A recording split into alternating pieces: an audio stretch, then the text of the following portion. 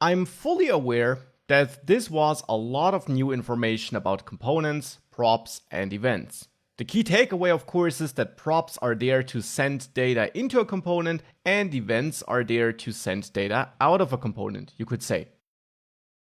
Now let's practice this together. You will later also have an assignment which you do on your own, but let's start together. And let's add a brand new component to this app and a brand new functionality as well. Because at the moment, our friends here are fairly static. We got an array with 2 friends, and yes, is favorite is able to change, but we got no way of adding or deleting friends here. And that is a feature I'd like to add to this demo application.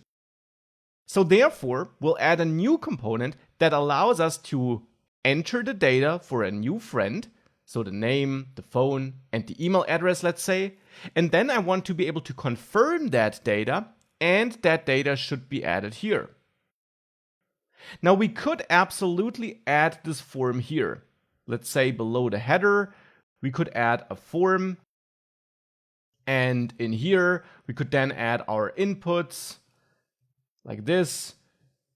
And we could then also add proper styling and make sure that we got all the input elements we need. And whenever data is entered and confirmed, we added this array of friends. This would work, but it is exactly not what you should do. Instead of having large view files with a lot of logic in there, you should have multiple smaller specialized components instead, and then build your UI by combining these components.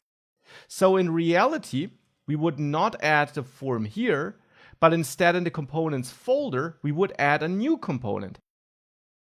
New friend could be the component name. So I'll name the file newfriend.view. And in there, we would add our template again and our script section. And we would create that form and handle the user input in this component and then just emit a custom event once everything is confirmed to the app.view file and pass all the entered data on to app.view. Now, definitely feel free to try this on your own. Here's your chance to pause the video and implement this on your own, but thereafter we'll do this step by step together to practice this component concept and also the props and the custom events concept. Nonetheless, if you want to try it on your own, here's your chance to pause the video. So, were you successful? Let's now try it together. In newfriend.view, I'll add a form, a default HTML element therefore, and in here I now want to have various inputs. So I'll add an input of type text for the name, and maybe also add a label where we say name. And then I will repeat that a couple of times here. I'll actually also put each label input set into a separate div to make it easier to tell them apart. So here we also have an input for the phone number then. And here we can set the type to tel because we want to get a telephone number here. And here we got the email address and we can set the type to email to get an email address. And that's all regular HTML. Below that, let's say we have another div, and in there we have our button where we say add contact. And since this button is inside of a form, when it's clicked, that form will be submitted. Now here in the script tags, I'll export a default JavaScript object which will hold the configuration for this component, but for the moment it's empty. We'll add more later. And in main.js, we can now import this component. We can import the new friend component from /components new friend.view and register this as a component with app component new-friend could be our custom HTML tag. Keep in mind that it should be a 2-word tag with a dash between the words. And new friend is our component configuration, even though it currently is an empty object. But the template will already be picked up. And therefore in app.view, here between header and unordered list, we can add our new-friend component, opening and closing. And if we do that, we see our form here. Now the styling is not super beautiful, so I will tweak that a bit in the style tags in the app.view file. And in the end, I will just reuse the styling I used for list items. So here I will target the form element with that as well. And now we have this form. Now it's still not super pretty when it comes to the labels and the inputs. So for that, I'll quickly add some new styling, but I don't want to bore you with that. So attached you find a form.css file which contains these styles, which I'll add here. And now with these 3 styles added to the style tags, this is what you should see on the screen. So now this is our own component, a brand new form component, which allows us to enter data for the name, the phone number, and the email address, and then click Add Contact. So now for the logic. Which props do we need here? Well, I would say we need no props, because this component will gather some user data, and eventually it should provide that to app.view, but it doesn't really need any external data. So I don't see any props which we would need here at the moment. But as I just said, we'll definitely need to emit an event. And therefore I'll already add the emits property and add an event name of my choice here, or of your choice, of course, in your case. And I'll name it add-contact, because that's the kind of event we'll emit here. But you can also pick a different name. Any name that makes sense to you. I will also add my data property here and manage some component-specific data. So data that is required by this component. And here, essentially, I want to store what the user enters as a name, as a phone number, and as an email address. And therefore, I'll just add 3 data properties here. Entered name, which initially is an empty string. Entered phone, which initially is an empty string. And, you guessed it, entered email. And I will bind these data properties with vModel. So here, vModel is bound to entered name. Here, I'll bind the phone number input with vModel to entered phone, and the email with vModel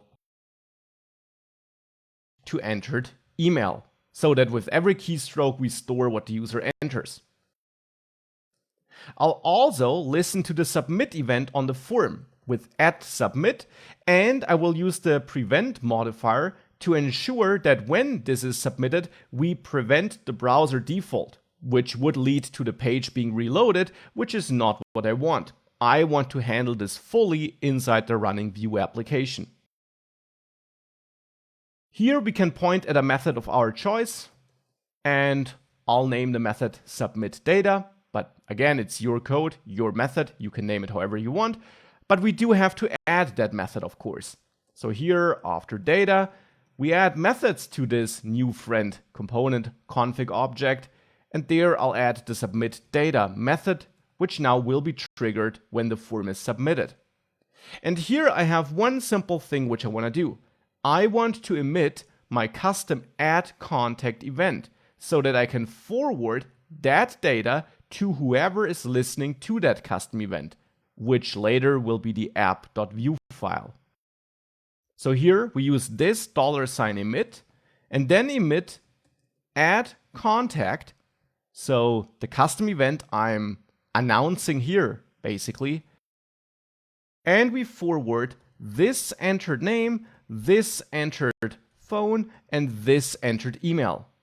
You could also group this together into an object and just emit one argument therefore, or like I'm doing it here, emit 3 arguments. And now we can go to app.view and listen to this custom event on the new friend component with add-contact and then point at a method which we need to define here. And I'll name that method addContact as well. But again, this name is up to you. It doesn't have to be the same one as we used for the event. These two don't have to be the same. So now down in methods, I'll add addContact, and we expect 3 parameters here because we're emitting 3 pieces of data: the name, the phone number, the email. So here I expect to get name, phone, and email. These parameter names are up to you, but the order of course matters because it's the same order as specified here when we emit the event. And then here we can create a new friend contact, which should be a new JavaScript object, which now has the same structure as our dummy starting objects. So name, phone, and email, but also an ID and also a isFavorite property. Now we can generate a pseudo unique ID by, for example, using the current date, which we can get like this in JavaScript, and converting that to an ISO string so that we basically have a string that reflects the current timestamp, which is not perfectly unique, but unique enough for now. And then we can set our other data properties, like the name, which we set equal to the name we're getting here. So that's the property name in this object. This here, on the right side of the colon, is referring to the name argument we're getting. And I'm going to do the same here for phone and email. And that I picked the same names for the arguments as I did for the properties is a pure coincidence. You don't have to do that, of course.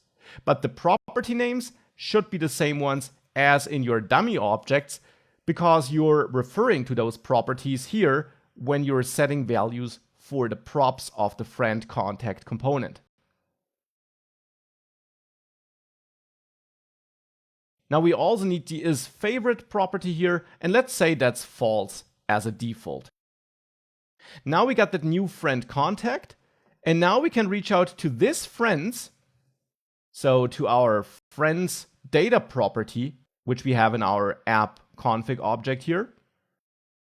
So reach out to this friends and push the new friend contact here, this newly created object. And with all of that in place, if we save that, I should be able to enter a new contact here, click add contact, and here he is. Here's Max with the data I just entered, working like the other components. So that's now working. We're able to add our own contact, and we're doing that with help of a new component, the new friend component, which also is using custom events.